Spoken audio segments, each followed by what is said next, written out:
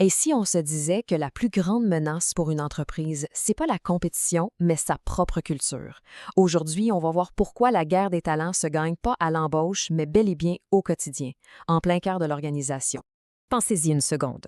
Au bureau, statistiquement, une personne sur deux est probablement en train de regarder, plus ou moins discrètement, des offres d'emploi. C'est le chiffre qui frappe, de galop, 51 Ce n'est plus juste une fuite de talent, c'est carrément une hémorragie silencieuse.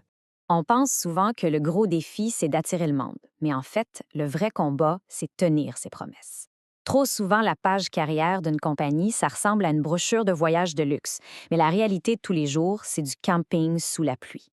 Ce décalage-là, les meilleurs talents le sentent tout de suite, et c'est exactement ce qui fait fuir les meilleurs joueurs.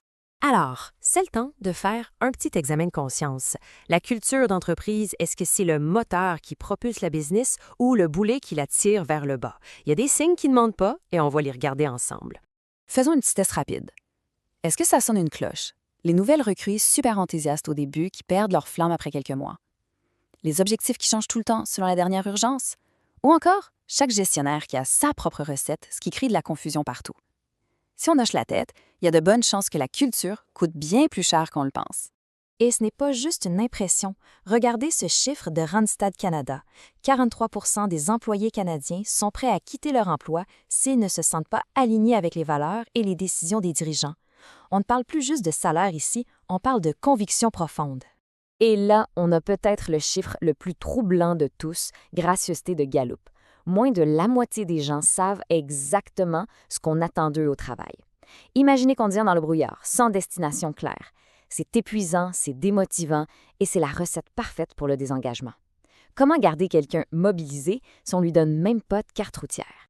Donald Fleming, le président de M360 Leader, résume ça à la perfection. On peut avoir les plus belles valeurs affichées sur les murs, mais si les actions de tous les jours ne suivent pas, ça ne vaut rien.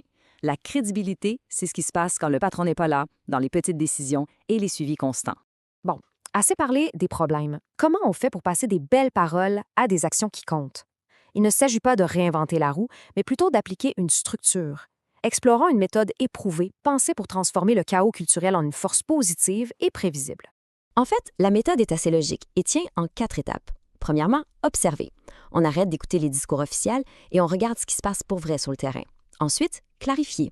On définit noir sur blanc ce qui est vraiment important. Troisièmement, prouver.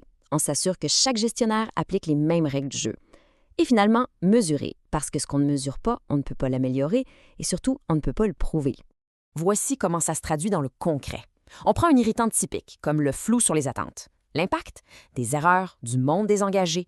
L'action immédiate? Pas besoin de tout réinventer. Juste clarifier 3 à 5 responsabilités clés. C'est simple, c'est direct et ça donne des résultats rapides. Et on peut faire la même chose pour la gestion inégale ou les réunions qui s'éternisent. Mais une méthode, c'est un peu comme une recette de cuisine. Sans les bons ingrédients, sans les bons outils, ça reste juste une bonne idée sur papier. Alors, voyons maintenant les outils qui permettent de transformer cette intention en de vrais résultats mesurables au quotidien. Prenons un cas vécu, celui d'une PME québécoise. Un vrai paradoxe. Ils étaient excellents pour attirer des super candidats, mais c'était une porte tournante. Les gens arrivaient pleins d'espoir et repartaient quelques mois plus tard complètement déçus. La raison? La culture qu'on leur avait vendue en entrevue n'avait rien à voir avec la gestion un peu chaotique et improvisée du quotidien. En appliquant une gestion plus structurée, regardez ce qui s'est passé en à peine 9 mois. Le roulement de personnel a chuté d'un tiers. Ils ont récupéré 22 de temps qui était perdu en réunion et surtout, la confiance envers les gestionnaires a grimpé en flèche. Ça, ce ne sont pas des opinions, ce sont des chiffres qui ont un impact direct sur la rentabilité. Et ça, c'est exactement ce que le coach exécutif Pascal Dubois explique. Quand la culture devient tellement claire qu'on peut l'observer et la mesurer, elle arrête d'être une simple opinion. Elle devient un véritable aimant qui attire et, surtout, qui retient les bonnes personnes. Pourquoi? Parce qu'elle est authentique et crédible. C'est précisément là que des outils concrets font toute la différence. Pour le problème des attentes floues, il existe des plateformes comme M360 Compass qui viennent clarifier les rôles et les objectifs pour tout le monde.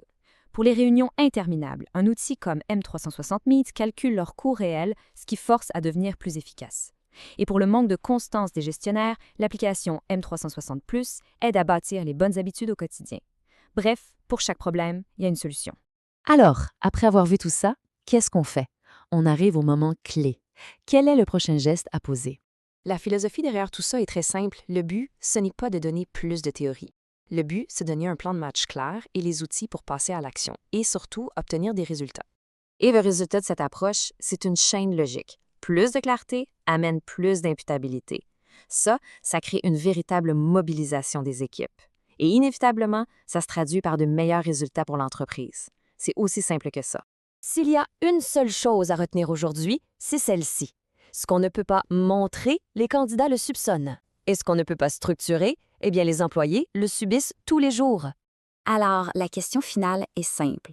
En ce moment, est-ce que la culture de l'entreprise est le meilleur argument de vente ou est-ce qu'elle est en train de faire fuir silencieusement les talents?